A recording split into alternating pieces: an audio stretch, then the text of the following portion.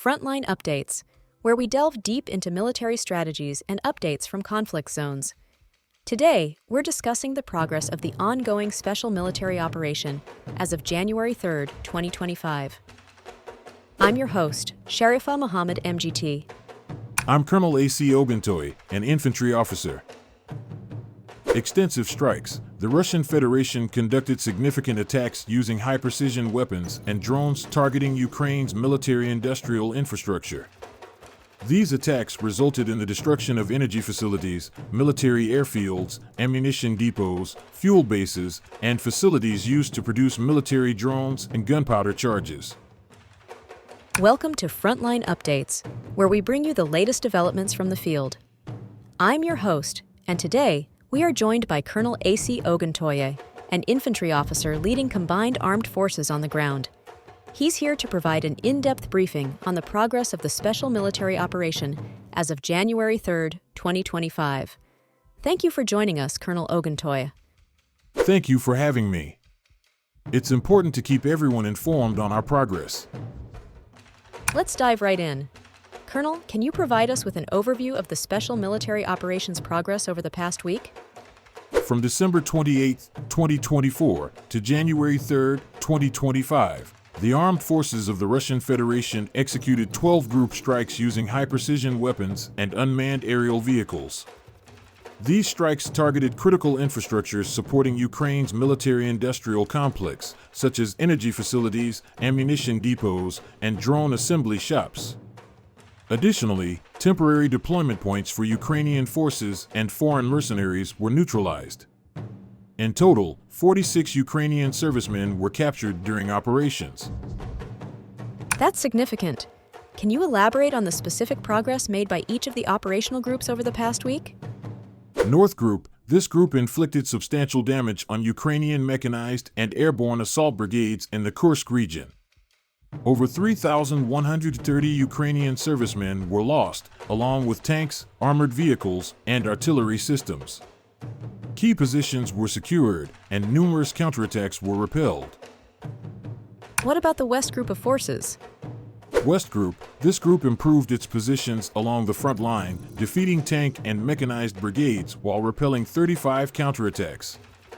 Ukrainian losses here included over 3,175 servicemen, several U.S.-made armored vehicles, and NATO-supplied artillery pieces. That's a substantial impact. How did the Southern Group perform? Southern Group. Units here secured more advantageous positions, defeating multiple Ukrainian brigades. Ukrainian losses included 1,745 servicemen, tanks, U.S.-made Bradley fighting vehicles, and field artillery. And what updates do you have on the Center Group? Center Group. This group liberated the settlements of Novotroitskoye and Novolanovka in the Donetsk People's Republic. They repelled 85 counterattacks and neutralized brigades equipped with German-made Leopard tanks and U.S.-made armored vehicles, with over 2,750 Ukrainian personnel lost. What actions were undertaken by the East Group? East Group. Forces advanced deeper into enemy defenses, defeating brigades and repelling 14 counterattacks. Ukrainian losses included up to 1,155 troops and several U.S.-made artillery systems. What about the DNEPR group of forces, Colonel? The Dnieper group of forces has been active in inflicting significant losses on Ukrainian formations. Their primary focus has been targeting mechanized and infantry brigades, as well as marine and territorial defense units.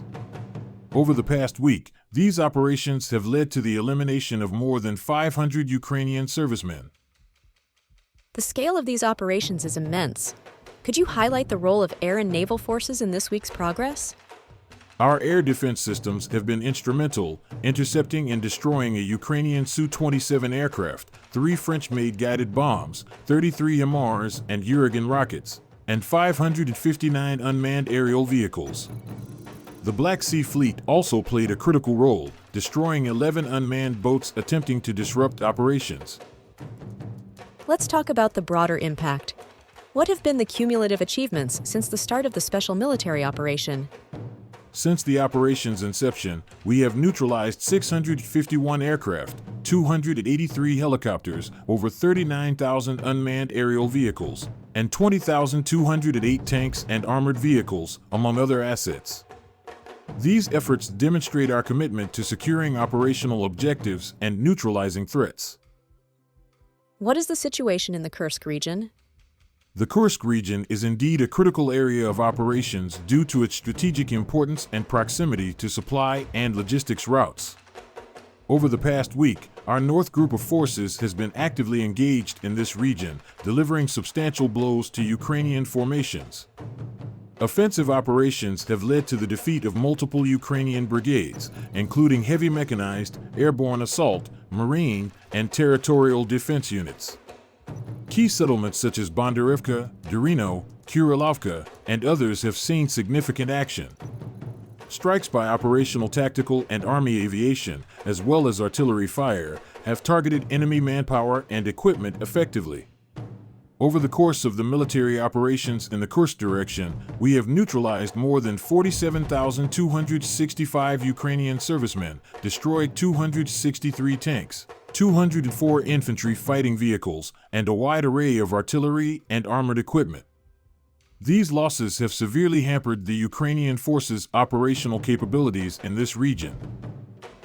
Colonel, thank you for providing such a detailed briefing on the current military situation. Your insights are invaluable to our understanding of the conflict's dynamics.